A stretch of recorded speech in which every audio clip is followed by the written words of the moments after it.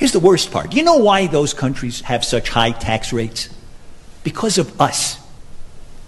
A people that cannot feed themselves, that depend on foreigners to feed them, will become slaves. We are supposed to be free and independent, Mr. Ban Ki-moon. Please, do not buy into the anti-African agenda. Africans are hated everywhere. Africa is the second largest continent in the world, and its countries vary widely in terms of wealth and development. Gross national income per capita is a widely used indicator of a country's wealth, as it measures the total income earned by a country's resident divided by its population. However, Africa has the most poor countries in a single continent. One of the top 30 poorest countries in the world, 23 are from Africa, representing 76.6% of the total countries in the list. African countries have suffered serious setback from the colonial masters, which has kept them at the mercy of the Western world for loans and aid for the development and growth of their countries. The tax bundling or rate has kept African countries in the dark. Interest in loan for African countries is much higher than the European counterpart, which caused African leaders to raise an eyebrow during the UN conference. We are supposed to be free and independent, Mr. Ban Ki-moon. Supposed to be free, the 54 countries.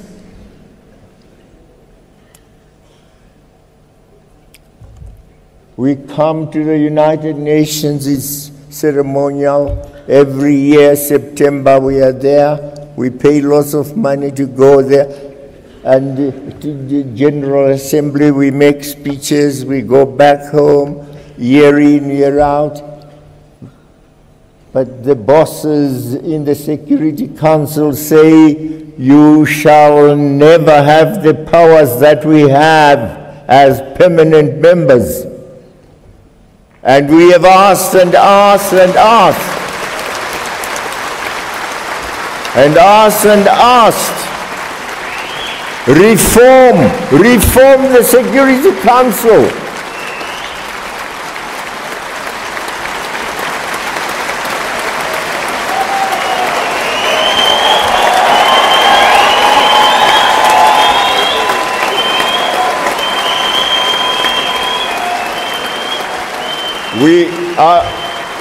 I want to tell you, Mr. Ban Ki-moon, you are a good man. You are a good man. But of course, we can't make you a fighter. That's not what your mission was. We will fight a fight for our own identity, for our own integrity and personality as Africans. We are Africans. The World Bank has turned a deaf ear to their cry. Rates are being increased across the world in response to stubbornly high inflationary pressures, but this could produce a more conservative investment environment in Africa in particular, with financing for SMEs and large corporations crowded out in favor of sovereign lending. Central banks on both sides of the Atlantic kept their main interest rate unchanged for the fourth successive month in December 2023. These rates are closely watched because they set the minimum interest at which your bank borrows and lends. This determines the cost of credit for all firms and households with mortgages or other loans. The European Central Bank, the US Federal Reserve and the UK Bank of England have raised interest rates sharply since the start of 2022. This was in response to a surge in inflation, the annual increase in consumers' prices, far above the 2% rate that all these central bank notes get. Nice idea, but it won't help. It'll just formalize the reality that poor countries can never repay their loans. Senator, are you saying that you're opposed to debt relief for impoverished countries? No, we should forgive the debts, but that's not going to help those countries very much. Okay. What will? Tax cuts.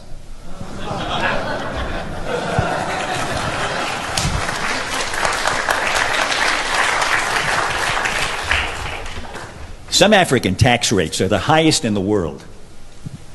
In Tanzania, the 30% rate kicks in at $475 of income. Plus, they have a 20% value-added tax. It gets added to everything you buy. Those high tax rates make it impossible to build capital in those countries. So nothing gets built, not factories, not roads, not anything. Poor African countries have the lowest wage workers in the world. And yet a company like Nike, for instance, can't put a factory in one of those countries because of the oppressive tax rates. Taxes have killed any possibility of economic development. They've killed any hope of these countries ever helping themselves. And that leaves them completely at the mercy of charity and loans. And here's the worst part. Do you know why those countries have such high tax rates? Because of us. To show us that they can raise enough money to pay back their loans. But taxes can't raise any money if they kill the economies. So it turns out that the tragic, unintended consequence of our good intentions toward Africa, our kindness, is that we have encouraged those countries to lock themselves into a gruesome economic depression. If we don't urge those countries to cut their tax rates, they will never grow their economies. People will live lifetimes of unemployment. Disease will be rampant. Poverty will be permanent. And children will be hungry. And our charity will never be enough. Never. That you must listen very carefully to your enemies. Because sometimes they tell you the truth that you do not want to hear but need to hear. Sometimes you are surrounded by a coterie of people who pretend to be your friends, but they are not. They are friends of the office that you hold and the things and the doors that you can open for them. That requires discernment. That requires detachment. That requires focus. That requires selflessness. That requires intellectual firepower and spiritual contentment. Africans, for some reason, must forget something that happened 50 years ago, if you are Zimbabwe 80 years ago. Listen, we must always remind our friends from Europe and elsewhere that slavery was a crime against humanity, as is colonialism and neocolonialism. That killing Sankara in 1984 because you are opposed to communism and plunging his country into chaos that you are now trying to solve as a problem of poor governance is a shared responsibility. So we will take responsibility for our nakedness. But for goodness sake, a naked emperor cannot lecture us about how to be clothed. And I'll tell you the contradictions. When Europeans first came here, if you come to the south of the continent, ladies did not wear long skirts. And they did not cover their top. Then they said, no, that's indecent. So we covered everything, including the head. And then the Europeans have decided to go nude now. Now the dress code in Europe is pre-colonial Africa. And then when our kids try and dress up that way, we say it's an African. We are confused around ownership. So lastly, Chairperson, the taboos. You see, Chairperson, we need to talk about global anti-black racism, the treatment of African migrant laborers in the Middle East, in the Arab world, and in the Asian world, and in Europe, is a matter for the African Union to constantly pronounce itself on. And I'm glad, Chairperson, you issued a statement on George Floyd, but I'm waiting for the African Union resolution from last January on reparations. There was a formal policy of the United States government in 2015 for reparations by companies behind the Holocaust. There needs to be, the conversation on reparations is not to be settled by African political elites, right? Today, Zimbabwe is paying back white commercial farmers reparations. But when you talk about any reparations, it's like the black body is not worth repair. What we must do is endure, be resilient, go forward, don't look back, trudge on. But today with the scramble of Africa that PLO was talking about, They will interfere here, whether we put in place the right policies or we put in place the good governance. Why? They need the lithium. And if your right policy is not consistent with their green energy transition that they control, they will take you out and they will cause instability. We cannot do it as single countries. We are not uniting because it's the good thing to do. We are not uniting because it's the principled thing to do. If we don't unite, we will perish. If each one of our small countries, as economically unviable as we are, rush in order to prove distinctiveness, I'll tell you what will happen. We will be so fragmented intellectually, politically. Our institutions will have no meaning. Let me end with something more positive. I think Pan-Africanism flavor is alive today. You adults, you only listen when you have had a few glasses of wine to Afrobeat. And of course, you don't like this thing. They're always singing about body parts and so on and so forth.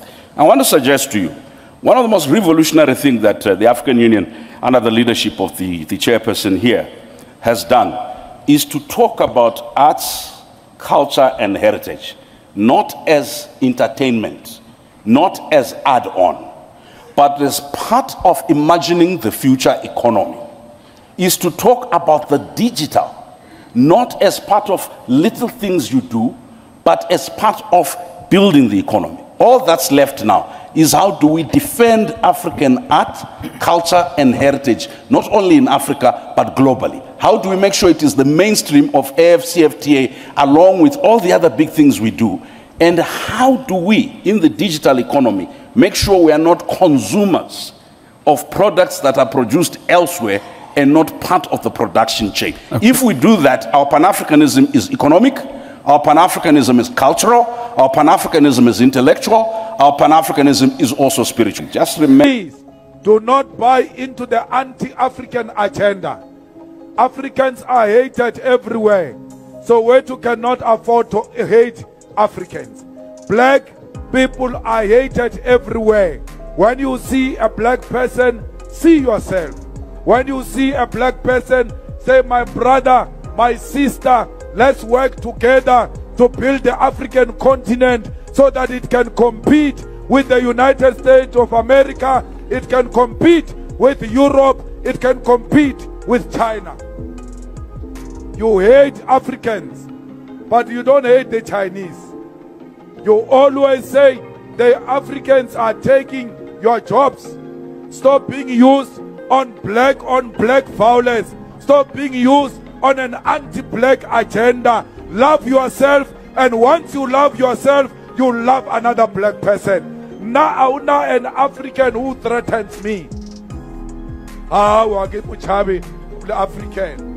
Like it anale musadi waka, like bonale Nigeria, aginata balilo shem. Yala le na ka rale babona ma Nigeria le a chuweso. Don't be scared. We are one thing that was divided by colonialists because they were threatened by the unity of Africans. Can you imagine there is an African currency? Barunal currency of Africa. That currency is going to be more powerful than the dollar itself because that currency will be backed by the minerals of Africa. Today, the pound of Britain is one of the strongest currencies. Why? Backed by gold. But when you go to Britain, there is no gold mine. But they've got the biggest gold reserves all over the world. Because they come take it here, they came and stole it here, and they've stored it there. And that's what makes them unique. There is no France. There is no France without Africa. The day Africa liberates itself from France, France will collapse as a country. Because France, it is based on everything African. They don't have anything to offer to themselves. They keep on taking from Africa. So please, let's make sure that we plow the idea of African unity.